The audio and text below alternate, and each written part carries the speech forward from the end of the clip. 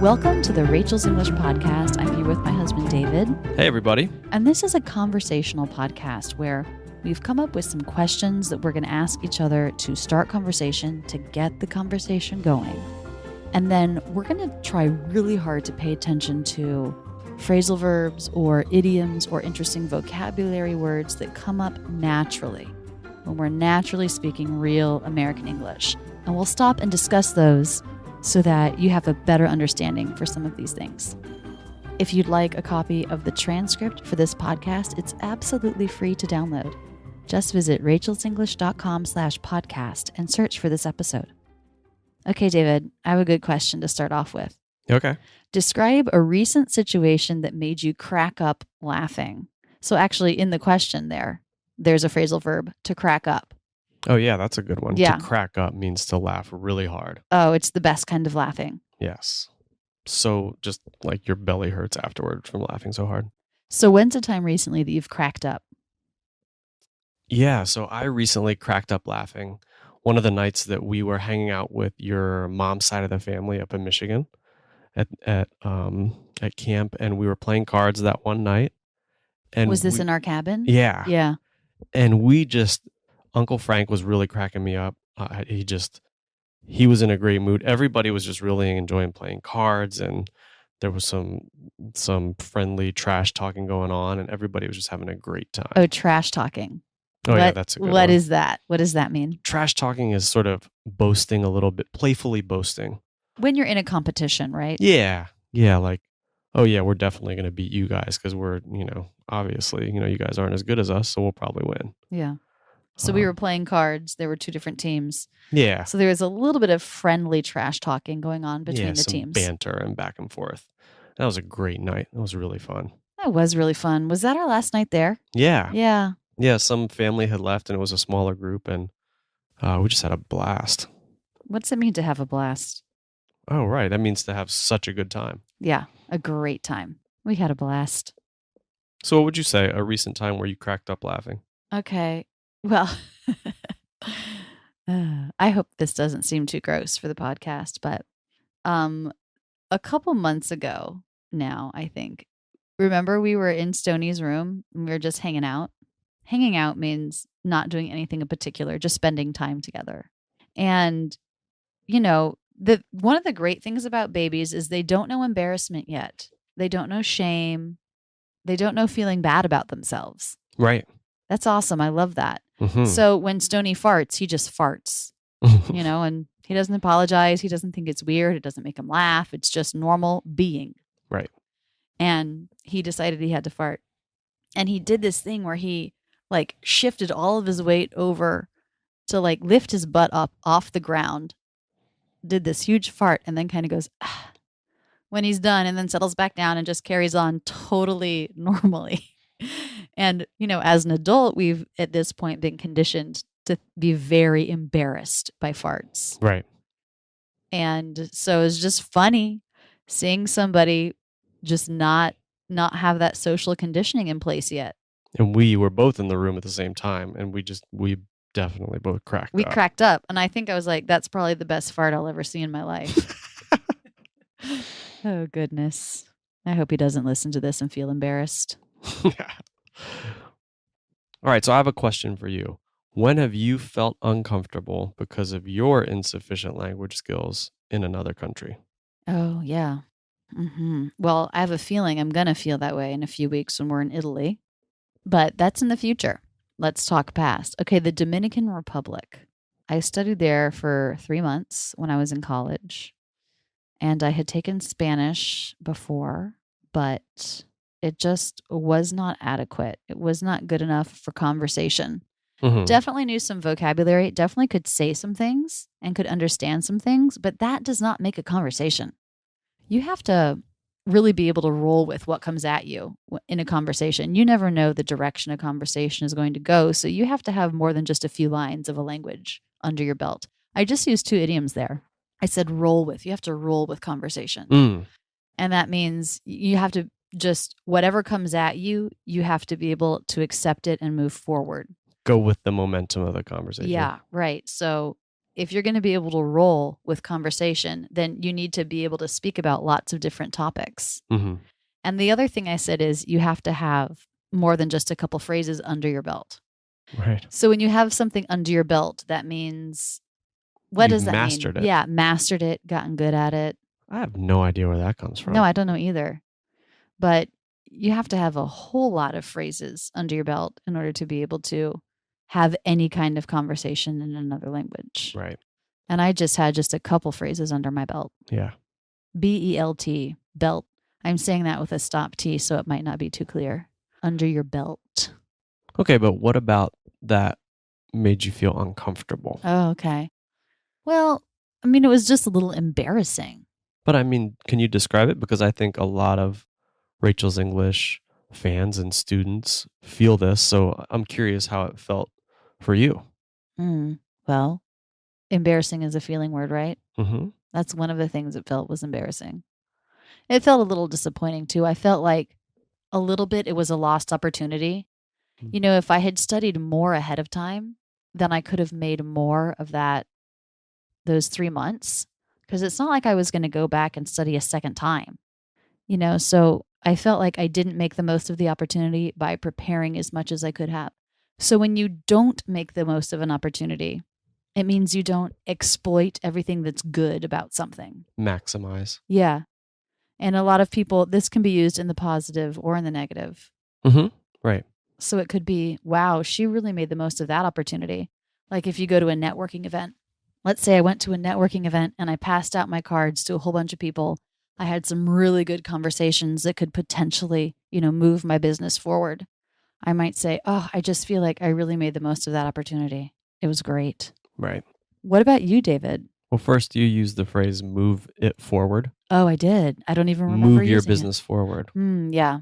So to move something forward, you're using is that an idiom or just to say that you want to take it a step further to advance. The example you use to advance your business prospects. So you can use that phrase in a lot of different ways. You can move a relationship forward. Yeah. You can. So these are not things that you physically move. Right. But the idea of moving something forward means taking it to the next level of advancement. I want to move my career forward. Right. So I want to move go do this additional training. Right. I want to move this relationship forward. I'm ready to get engaged. Something like that. Yeah. Good. Thanks for catching that. David, what about a time when you felt uncomfortable because of your insufficient language skills in another country? Sure. Yeah. The one that you described, of course, resonated for me too. But also I thought about traveling in Ethiopia. One of my very good friends was born in Ethiopia and had the opportunity to travel there with him after college. It was an amazing trip, but I was relying 100% on his Amharic. I didn't know. I knew how to say hello in a very few basic things. Do you remember how to say hello? Well, there's a couple different ways. Well, I want to hear one. one. Like a formal way is te nastaling. That's nice. Thanks. And you would say te nastaling.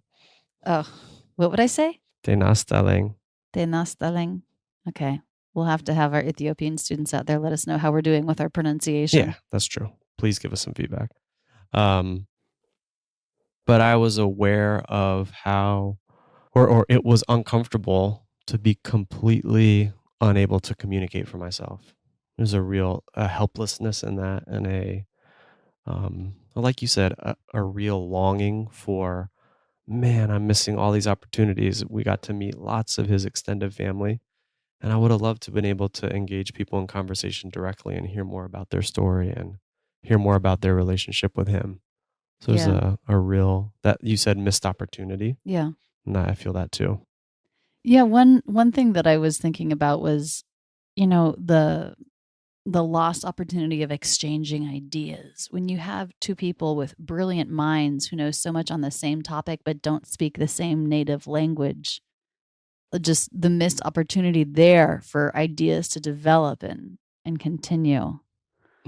And, I guess that's where translators and interpreters come in. But, wouldn't it be amazing if there was some universal language that we all spoke in addition to our native language that removed a lot of those barriers. It'd be a different world. Yes, it would. Okay, I have a totally random question. Okay. What's your second favorite color and why? Second favorite?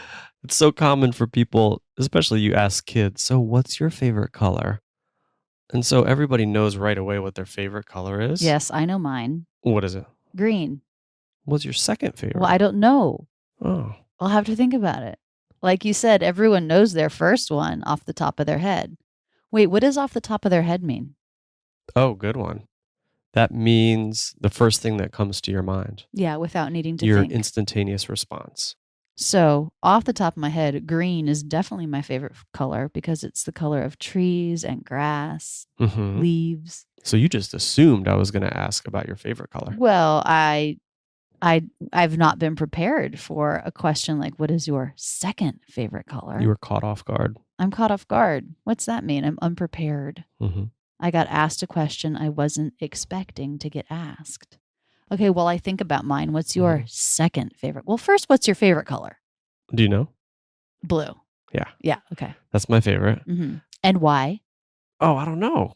Because it's the best. I think you need a better reason than that. I came up with leaves and grass. Okay, that's the color of the ocean. Okay. Water. It's where we're from.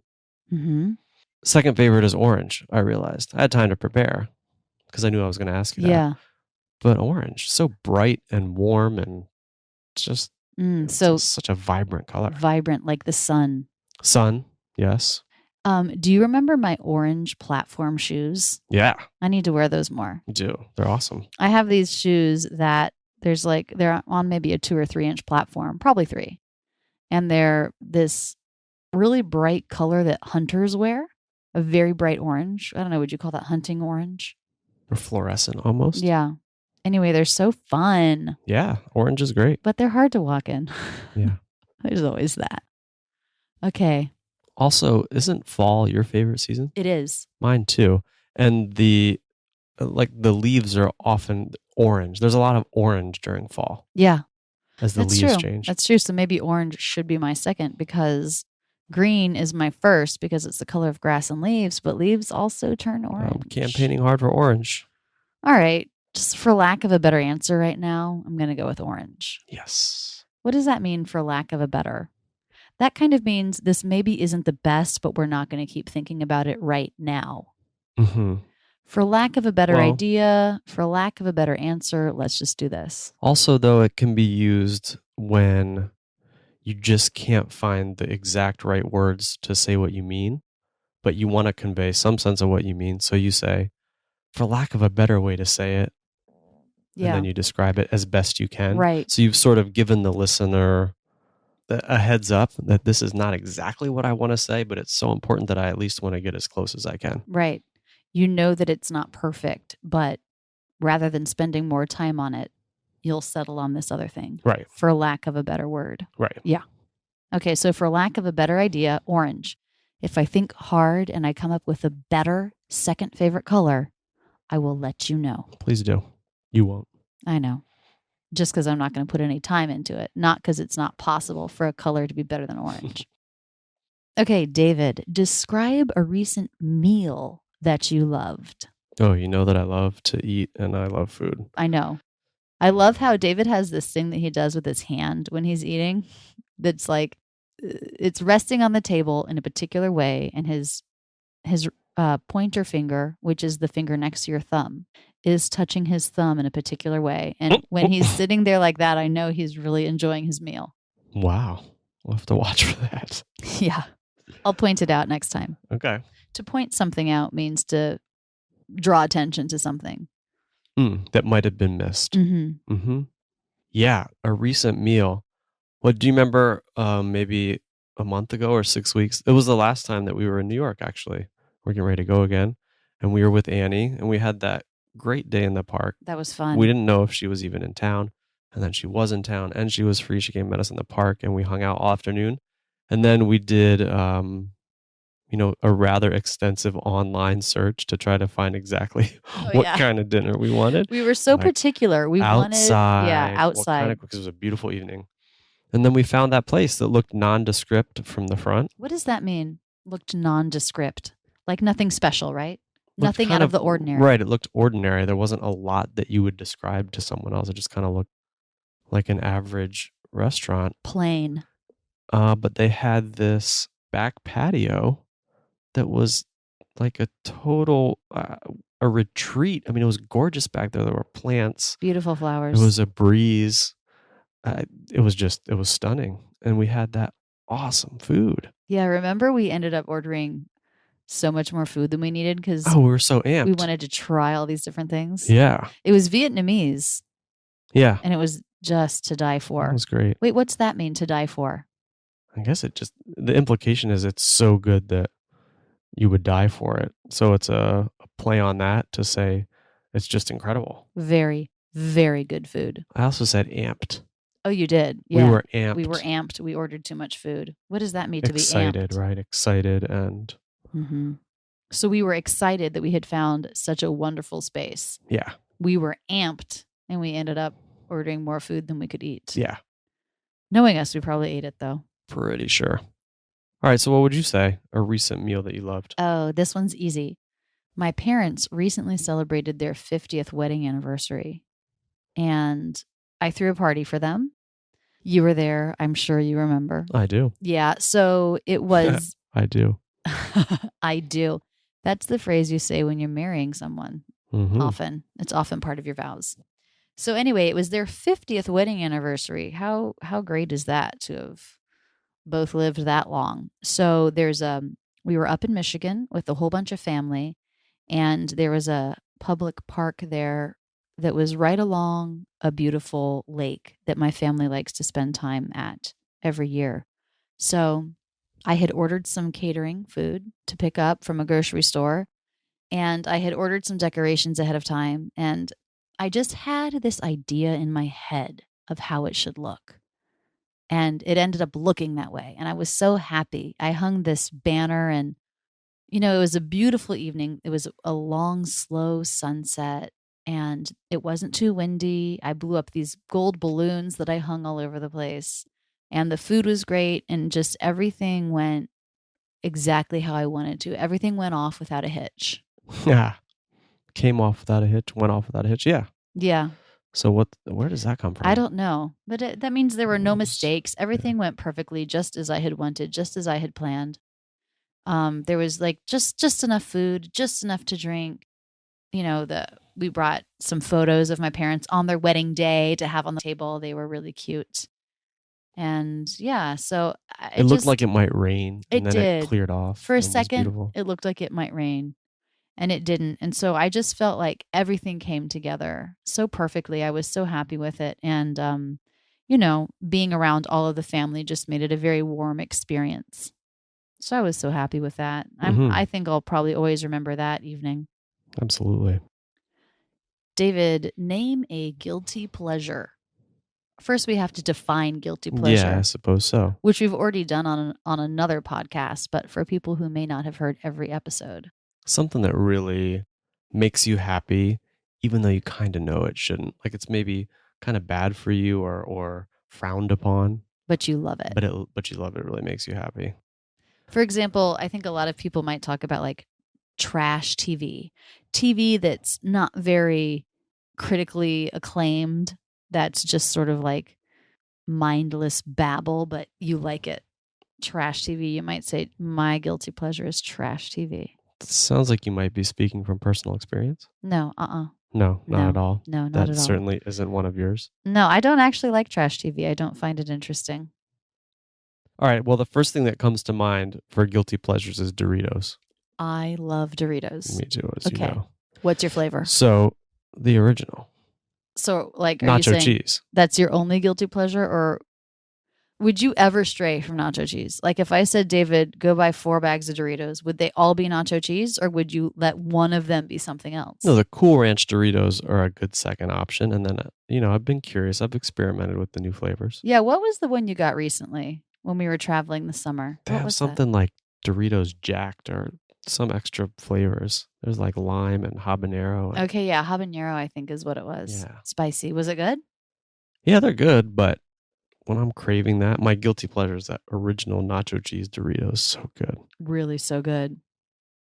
I could eat a whole bag of those right now, but I won't. For me, my guilty pleasure, I would say, is well, first, let me just pedal back for a second. Pedal backwards. That means, Backpedal. you can say pedal backwards. Yeah? Maybe not. I mean, it's riffing on a common. On a common idiom. So you're saying, Let me backpedal for a second. let me backpedal. Let me pedal backwards. Let me back up. Let me back up. Yeah. So this means I'm about to say something, but I need to give more context to it. So I'm going to go back a little bit. Mhm. So I'm going to go back and give some context to my guilty pleasure. Before David and I got married, when I was living on my own, I used to stay up really late and get up really late. And I just set my own hours, my own schedule. I'm a night owl, so that's what I would do. A night owl is someone who prefers to be up late. An early bird is someone who prefers to go to bed early so they can wake up early. So sometimes we categorize people in those two different ways. Are you a night owl or an early bird? And I'm definitely a night owl. So I used to stay up really late. So when David and I got married, well, he had a normal job that meant he had to leave the house at 7 every morning. So he couldn't be a night owl because he had to get up so early. So I started like living on his schedule so hard. But as soon as he would leave town, I would immediately go back to my guilty pleasure of staying up super late, eating junk food at like 3 a.m. I would like order pizza, binge watch TV. When you binge watch something, that means we do this with episodes of a show. Mhm. That means you watch a whole bunch of episodes in a row. Which is kind of a new thing. Yeah. Right. In the past, shows were just released one at a time On TV. each week. Yeah, on TV. And now with the internet, they'll release a whole season or a whole series at once. So you can binge watch all week. You can watch like 10 years worth of shows. Right. So that's my guilty pleasure, is staying up super late, eating junk food and binge watching TV, but not trash TV. Okay, so you Just can differentiate. good TV. I see. Yeah. Fair enough. Yeah. Fair enough. Fair enough. Okay, that's something that you say when you're kind of mildly arguing with somebody or you're disagreeing with somebody and then you accept what they've said. Right, Okay. I guess. Yeah. It's like, A yeah, polite way to say, okay, yeah, you're right. Fair enough. I see your point. You win. David, can you name a role model from when you were young? First, what is a role model?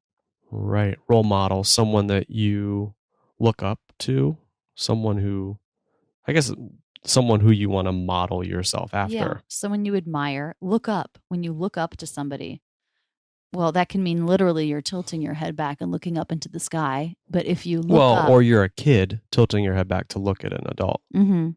Maybe that's where it comes from. Maybe. Looking up But to. when we use it figuratively, if you Mhm. look up to somebody, you admire that person. Right. Yeah. Right. One of the people for me was my soccer coach. So I had the same soccer coach from age, oh man, I think like age 12 to 17 because his son was my age. Okay. And so he just kept being the coach of the team. And he was a great role model in terms of family and his commitment to his family. Obviously learned a lot about soccer from him, but he was just a really great person. Okay, aside from being a good soccer player and like having good family, was there anything else more specific about his personality that you admired? A way of being? Yeah, well, yeah, he was fun loving and he joked with us a lot and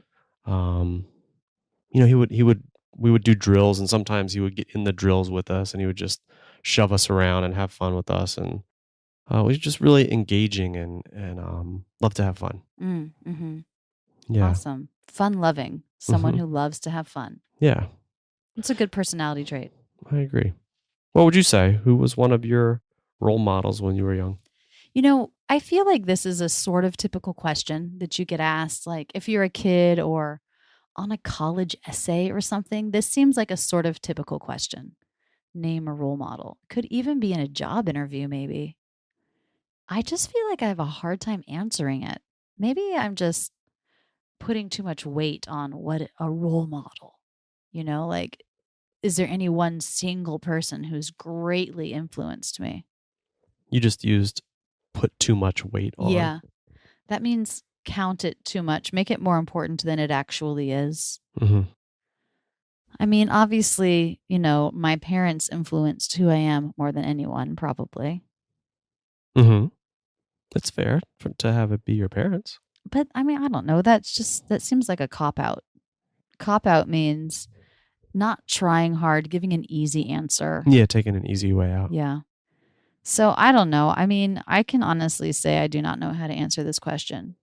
If someone asked me this in a job interview, I would be in trouble. I mean, I would have to make up some answer that wouldn't be from the heart and probably wouldn't be that convincing, and then that person wouldn't hire me because I hadn't given a good performance in my interview.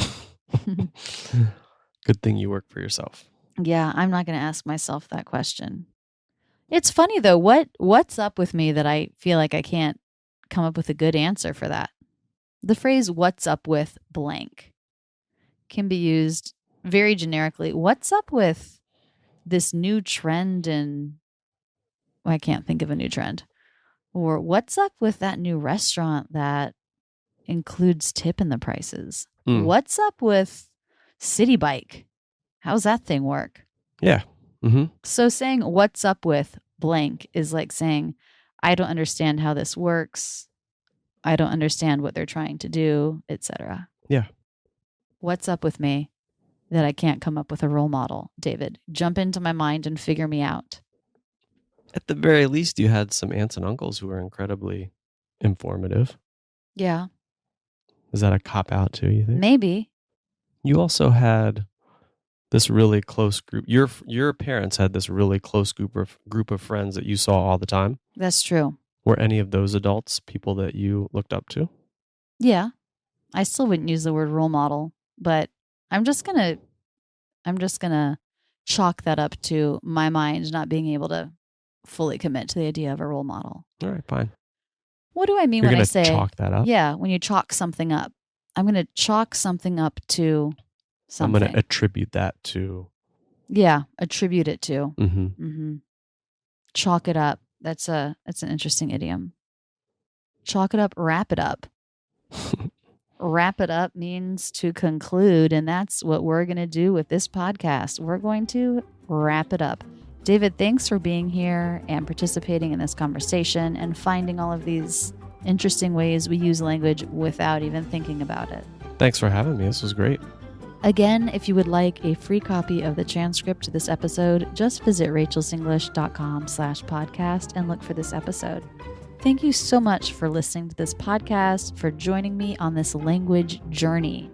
I would love to have you subscribe, so please do so if you haven't already. You can do that on iTunes or Stitcher.